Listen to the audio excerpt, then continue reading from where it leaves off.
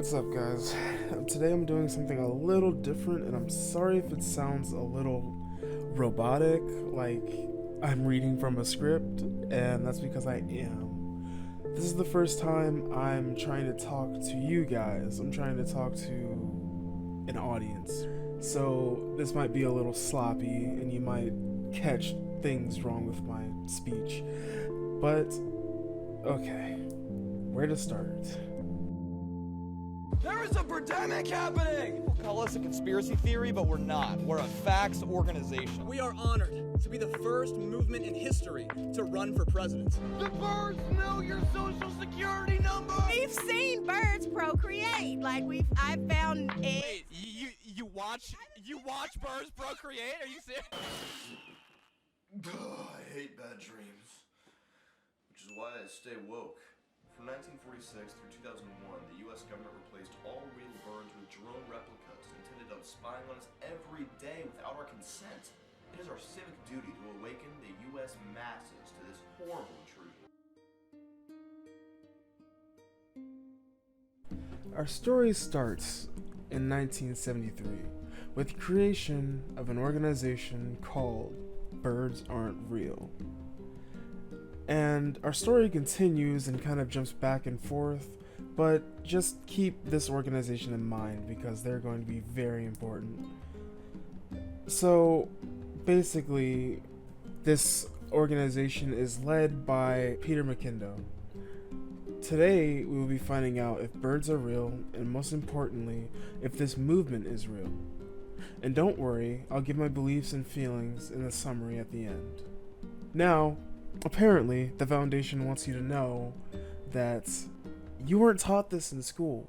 You are now going to be woke after I teach you this. After I spread the gospel, you guys will be awoken. So, you're welcome first. But yeah, I hope you guys enjoy this because this gets a little crazy. Alright, in 1946, the threat of communism was at its highest, so Harry Truman, the United States' 33rd president, enacted the Bird Drone Initiative to prevent another world war. This led to the forced extinction process, which took place from 1959 to 2001. This concluded with the secret legalization of bird drone surveillance in 2001. And that's also when the last living bird was documented. Now, the FEP, which forced extinction process, I'm going to shorten it from now on, wasn't just the genocide of all birds, but was also the replacement of all birds with bird-looking drones. Now, typically, the first question asked, other than, "Are you serious?" when hearing this stuff, is, how did more than 12 billion bird carcasses go undetected? Because that's the number that's given in the canon for this, in the history. So, how did they go undetected? Well, this was surprising to me because I was wondering the same thing as you guys, hopefully. The FEP had a very important step on its checklist. That being the requirement of planes that could go undetected from 3,000 feet and above. These planes were fitted with noise reduction pads to finalize the stealth mission. It turns out that they understood the assignment a little too well and flew 8,000 feet in the air, well exceeding the 3,000 foot minimum. These planes literally went over our heads, releasing a flesh-eating virus that dissipated before hitting the ground so it wouldn't inadvertently get to humans. But the aerosolized weapon only took one drop to attach to our lost bird friends' wings and seep into their bodies, immediately beginning complete body-wide cellular atrophy, disintegrating our feathered brethren within 24 hours. This virus wasn't perfected, so some bodies took longer, but the damage was done. Not to mention, in 2001, the government made an agreement with Roomba to create a fleet of drones that cleaned up the streets. So, if that wasn't weird enough, This operation was somehow kept secret from the president and even the pilots that were dispersing the virus. That's hard to believe for me, but there's an explanation for it. The pilots were told by the commanding chief officer of this operation, now called Water the Country, that they were watering grass in response to a drought. And keep in mind, Operation Water the Country was originally called Operation Very Large Bird, which was originally called Operation Big Bird, but had to be changed because of legal issues with Sesame Street. And if you thought it couldn't get worse, dude, President Kennedy eventually found out about the operation through overhearing an admission of his ham sandwich being stolen.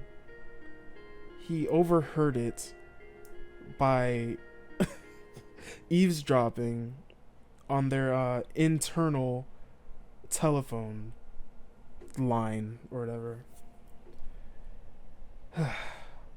Okay, we're gonna move on from that. There is admittedly an answer to everything. How and why are bird eggs made? Well, dear viewer, the government runs pipes under chicken coops, supplying manufactured eggs to keep up appearances. Why do birds fly in V formations?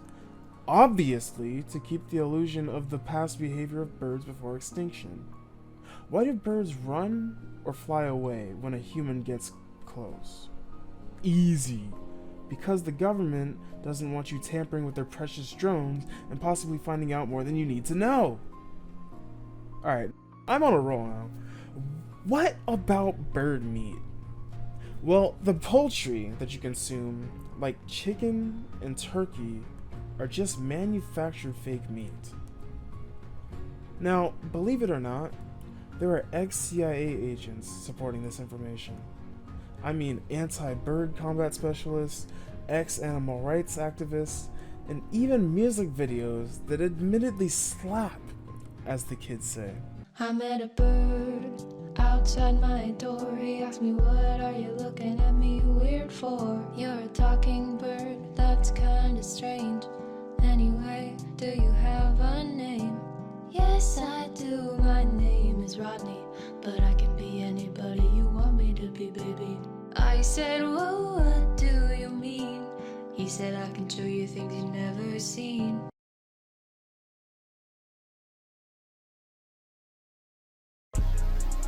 Yeah. Our bird-hating brethren lose relationships over our beliefs.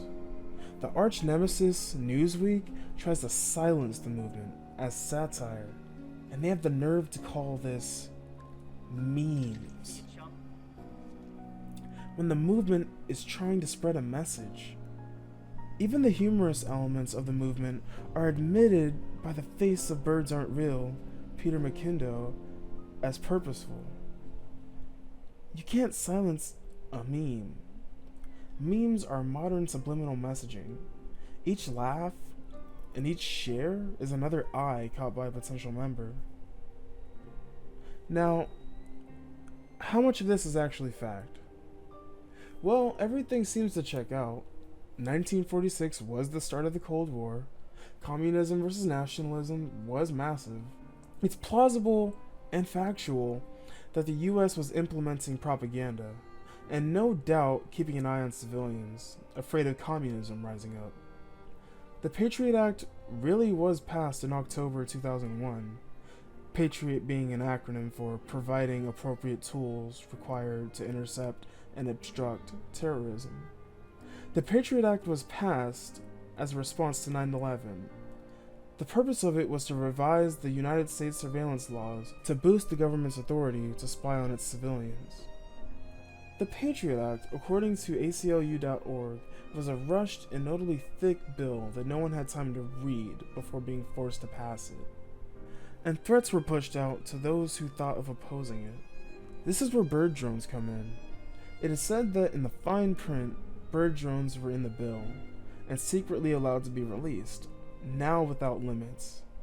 The bird drones could be the appropriate tools required, literally in the acronym of the Patriot Act. Now, a very good question asked is, what are flightless birds for, then? And even that has a surprisingly simple answer. Well, those are just early, faulty bird drones. Flightless birds are indeed useless to surveillance, which is why they were mainly shipped to the Antarctic and the natural war zone, and home of mythical monsters known as Australia. Seriously, dude, Australia had a full-on war with the emus.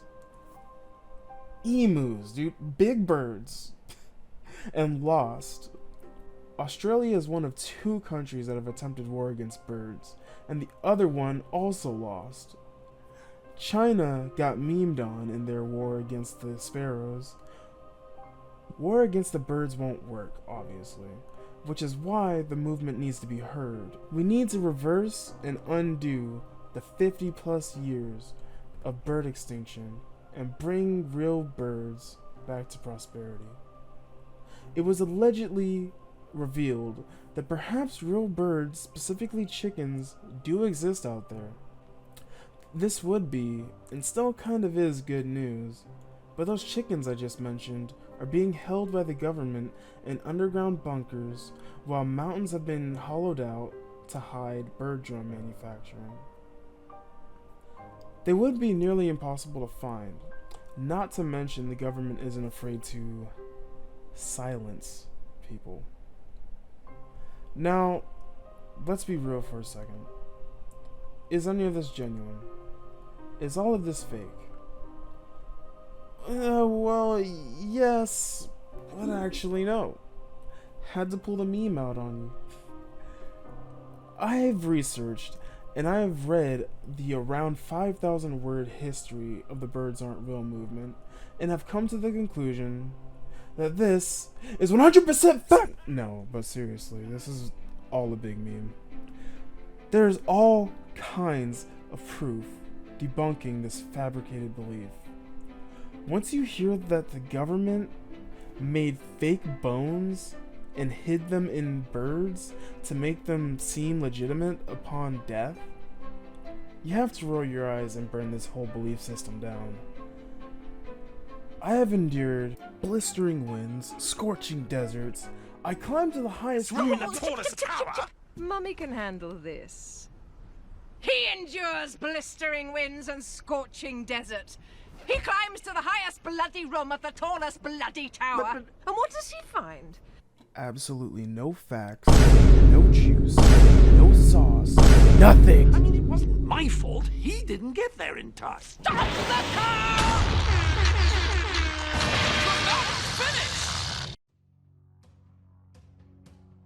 However, there are two relatively good sources showing that this is all one big social experiment. One would be Peter McKindle's interview with WREG News, where one of the show hosts says that before the cameras were rolling, Peter called the movement satire, which, watching the videos of this on his channel, it clearly is. It's a reflection, but more so an examination of the human mind, and what we're able to believe, and what we're willing to challenge. The second source being one of my favorite YouTube channels, Life's Biggest Questions, bringing up that Peter's first post on Facebook was him straight up saying that he made a satirical movement, and this was referring to the Birds Aren't Real Instagram. And it's also notable that there is no history of the movement's existence before Peter's first post in 2017, which is contradictory to his insistence on the idea that this, well, idea has been around since the 70s. And finally, how about some provable facts that this conspiracy theory is indeed fabricated? I might ruin the fun for those of you who revel in the fact this theory is suspiciously bulletproof, but once you start taking it even a little bit seriously, the Grand Canyon, no, tectonic plate boundary size cracks start to show. A big component of this theory that I've heard is the question, have you ever seen a baby pigeon? The answer for most of us is no. And that's supposed to be mind-blowing. But there is an extremely simple reason for this. Pigeons specifically are notably spoiled. They come out of the egg soft, squishy, featherless, and black-eyed. Vulnerable.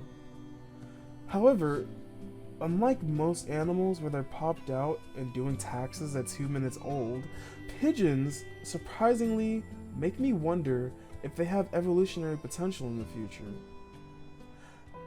I said they're spoiled because their mothers take care of them for weeks longer than the usual bird. To the point that by the time the chicks leave, they're adolescent and don't look too different from their parents. And that's if they leave at all. So you likely have seen a young pigeon, you just didn't know it. So, at the end of the day, you not seeing baby pigeons is the whole point. Pigeons don't want their young being visible to predators or curious humans. All of this according to audubon.org, littlepeckers.co.uk, and goddamn pigeonpedia.com. Now, if all of this is fake, what's the point? Well, here's where I actually kind of buy into the movement. The point seems to simply be to make people ask questions. Something as insane as birds not being real is something that an unknown amount of people seem to actually buy into. I'm not using any follower or subscriber numbers because many are hopping on just for laughs. But this movement has made people question and hopefully research more. Without the research for this video, I would have never known about the Patriot Act, or the fact that Vietnam has the third highest amount of bauxite ore. Bauxite is the source of aluminum, which, in this alternate universe, was valuable to the government because aluminum was a perfect material to create fake bird parts. Hell, I didn't know who the heck my 33rd president was. And possibly, more importantly, I wouldn't have gotten this lit music in my head. Birds are robots sent from the government. Birds are robots sent from the government. But for real, the Patriot Act is genuinely scary to me. It legitimately did open up the floodgates to spy on us. And it was a forced bill that almost no one was able to read or research beforehand. That's terrifying stuff. I've had the dream of being a scientist since before I even started splitting cells in the womb to become what you call a human. So I love to ask questions, doing research, and learning more. And when I heard about this movement during a Nick Crowley video, I had to know more about this. And honestly, I kinda enjoyed this. It feels a lot more rewarding than what I've been doing so far. I've wanted to make scripted videos since the start of this channel, and thanks to Birds Aren't Real, I've finally done it. So thank you, Peter McIndo. Keep up the good work on making people ask questions. And thank you for listening to this. Stay woke, keep asking questions, What are you saying? and have a fantastic day.